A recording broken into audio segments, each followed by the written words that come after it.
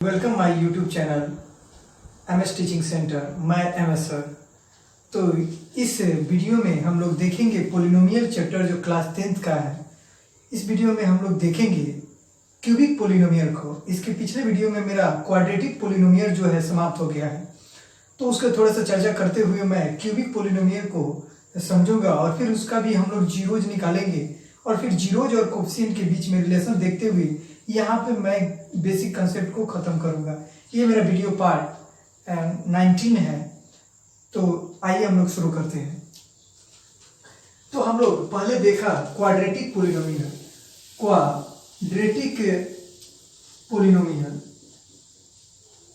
Quadratic polynomial में जो है हमने उसका फॉर्म देखा जो ax² plus bx plus c के रूप में होता है। फिर इसमें जाना कि a, b और c जो है वो रियल नंबर होता है। रियल नंबर होता है यानी वास्तविक संख्या होता है। वास्तविक संख्या होता है।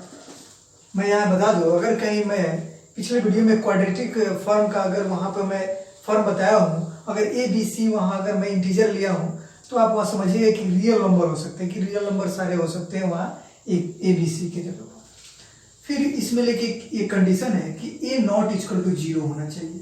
a जो हो 0 कभी नहीं हो सकता। ये a कभी 0 इसलिए नहीं होगा, अगर ये 0 हो जाएगा तो क्वाड्रेटिक पोलिनोमियल का अस्तित्व ही खत्म हो जाएगा, तो इसलिए ये कभी 0 नहीं होगा।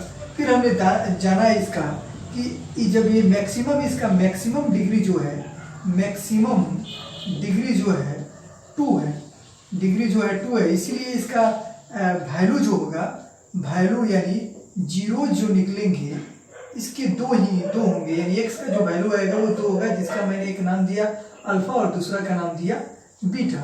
फिर हमने संबंध बताया कि अल्फा इंटू बीटा जो होता है, अल्फा प्लस बीटा जो होता है वो माइनस b/a होता है। फिर अल्फा इंटू बीटा जो होता है वो होता है c/a, यानी माइनस x का गुणांक बटा x² का गुणांक। ये हमने पिछले वीडियो में चर्चा किया। फिर ये होगा अचर पद बटा x² का गुणांक। इतना तो अच्छी तरह से हम लोग समझ गए कि इस तरह से रिलेशन होता है। और मैंने इस पर एग्जाम्पल 4 क्वाड्रेटिक पोलिनोमियल का एग्जाम्पल देते हुए जीरोज और कोफिशिएंट के बीच में भी रिलेशन बताया, ऐसे मैंने बताया। अब हम लोग जो है नेक्स्ट जो है हम लोग का है वो है क्यूबिक पोलिनोमियल। तो चलिए हम लोग क्यूबिक पोलिनोमियल को समझते हैं। तो ये रहा मेरा क्यूबिक पोलिनोमियल। ये इसका जिक्र जो है 9th क्लास में भी है, यानी ये है मेरा त्रिघाती बहुपद। त्रिघाती बहुपद वैसा बहुपद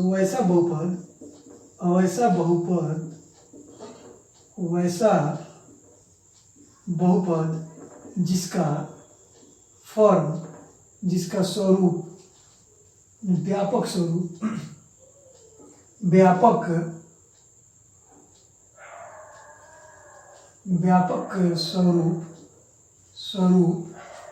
क्या चीज होता है, तो ax³ plus bx² plus cx plus d हो, तथा जहाँ a, b, c तथा d कोई वास्तविक संख्या हो एवं a नॉट इक्वल टू 0 हो। a कभी जो है 0 नहीं होना चाहिए, यानी a जो है 0 नहीं, यानी b 0 हो सकता है, c 0 हो सकता है, d 0 हो सकता है। वास्तविक संख्या लिखे हैं, यानी रियल नंबर। ये रियल नंबर होना चाहिए, ये मेरा रियल नंबर होना चाहिए। रियल नंबर होना चाहिए।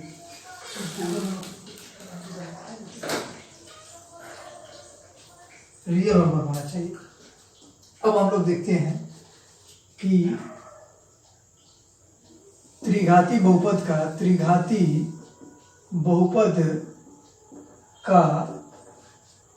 अधिकतम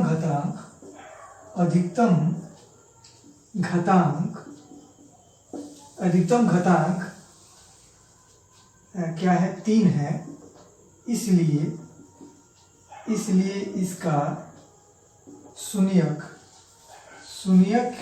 या इसको मूल बोलते हैं।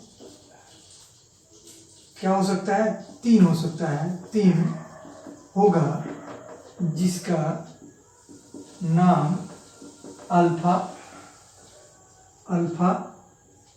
कोमा बीटा एवं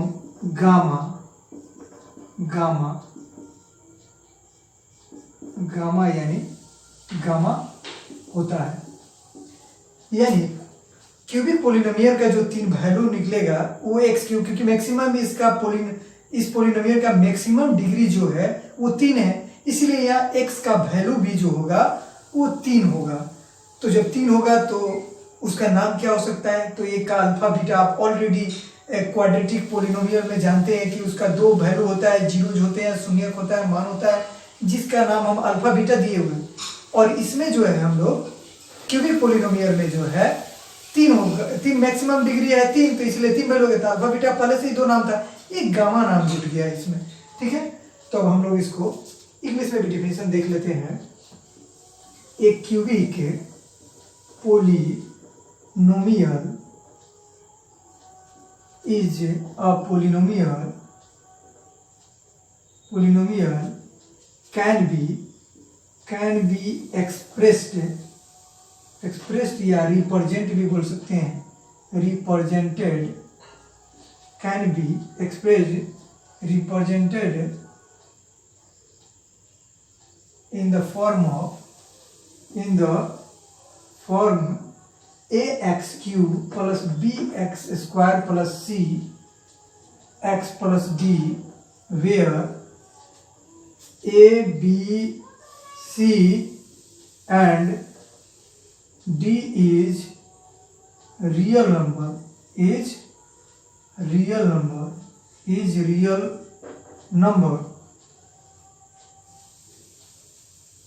and a is not equal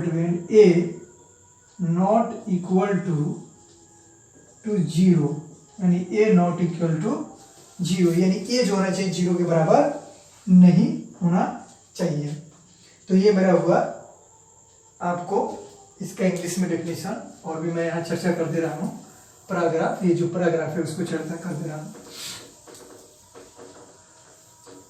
तो यहाँ पे है कि the maximum degree of cubic polynomial is 3, so the maximum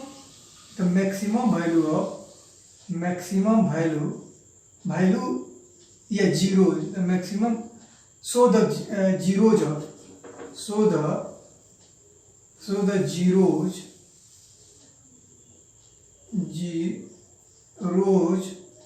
of cubic polynomial is 3. Name of zeros alpha,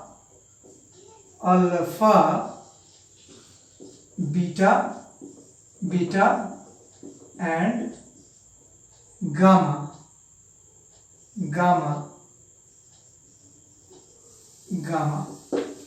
तो यहाँ पे हम लोग जान गए। एग्जाम्पल में लिख दे रहा हूँ, एक एग्जाम्पल हो गया x³ minus 3x² minus 9x minus 5।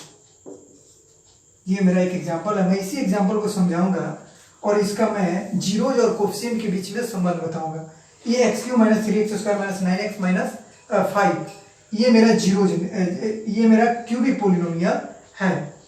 Cubic polynomial या क्वाड्रेटिक पोलिनोमियल या क्वाड्रेटिक इक्वेशन और क्यूबिक इक्वेशन, ये दोनों में डिफरेंट होता है, बस थोड़ी सी की फर्क है कि कोई इक्वल टू 0 होता है, पहले से ऑलरेडी दिया रहता है इक्वेशन में, लेकिन क्यूबिक पोलिनोमियल को हम लोग इक्वेशन में चेंज करते हैं। पहले इसको px मानते हैं तो निकालते हैं, अगर यहाँ y रहता तो py मानते हैं, उसको 0 के बराबर करते हैं।